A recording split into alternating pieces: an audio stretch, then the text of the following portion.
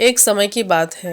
रेगिस्तान के एक छोटे से गांव में अबीद नाम का एक गरीब आदमी रहता था। अबीद अपनी सादगी और अल्लाह पर गहरी तवक्कल के लिए जाना जाता था। उसके पास सिर्फ एक ऊँटनी थी जो उसकी रोजी रोटी का एकमात्र जरिया था। उसी ऊँटनी पर वो अपना सारा सामान लाद कर बाजार तक ले जाता था। लेकिन एक दिन अबीद की वो एक ऊँटनी भी अंधी हो गई। अबीद के गाँव के लोग बहुत चिंतित हुए अबीद के लिए। वो लोग अबीद के पास आए और आकर बोले, अबीद अब क्या होगा?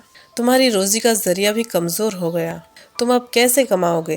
क्या तुम अभी भी अल्लाह से शिकायत नहीं करोगे?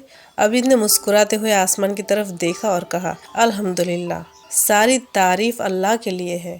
मेरा रब जानता है क्या सही है और क्या गलत है।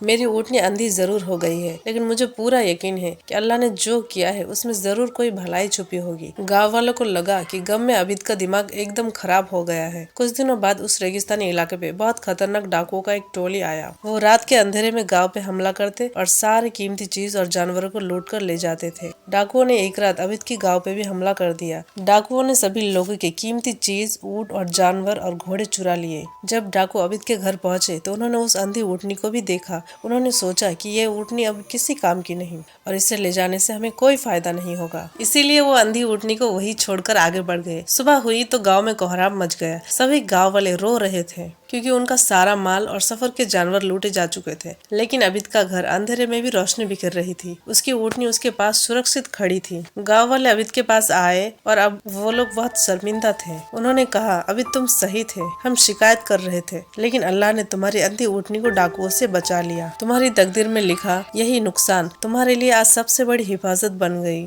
अबीद ने अपनी ऊँटनी को प्यार से सहलाया और कहा, जब अल्लाह कोई चीज हमसे लेता है तो हमें उस नुकसान में तकदीर की रहमत देखनी चाहिए। तकलीफ में भी हमें अल्लाह का शुक्रिया करना और बड़ी मुश्किल से बचाता है। सबक, इस कहानी से हमें सीख मिलता है, तकलीफ में भी हमें हमेशा अल्लाह का शुक्रिया करना चाहिए, क्योंकि अल्लाह हमारी भलाई जानता है। जो नुकसान हमें दिखता है वो अक्सर अल्लाह की तरफ से हमारे लिए हिफाजत होती है। वीडियो देखने के लिए थैंक यू। खुदा हाफिज।